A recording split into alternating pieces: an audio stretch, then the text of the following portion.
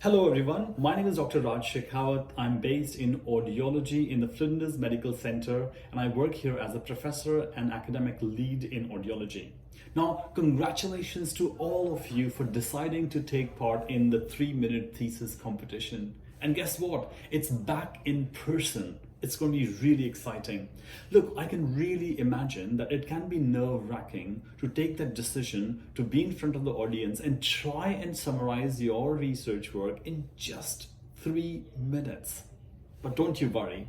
I'm going to be running a little workshop on the 21st of this month in the afternoon where we can learn and we can practice and we can also do some hands-on activity around how you can craft a really sharp and nice pitch for yourself.